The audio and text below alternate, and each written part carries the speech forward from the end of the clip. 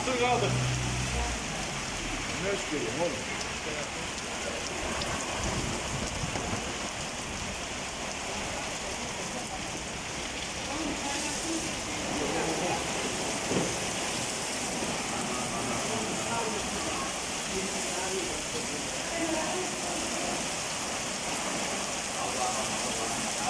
Bu yağıyor ha.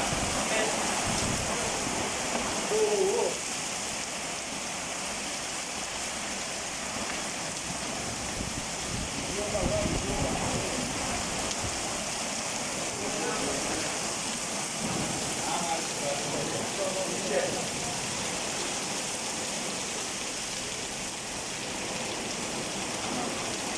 Bu yağıyor ha.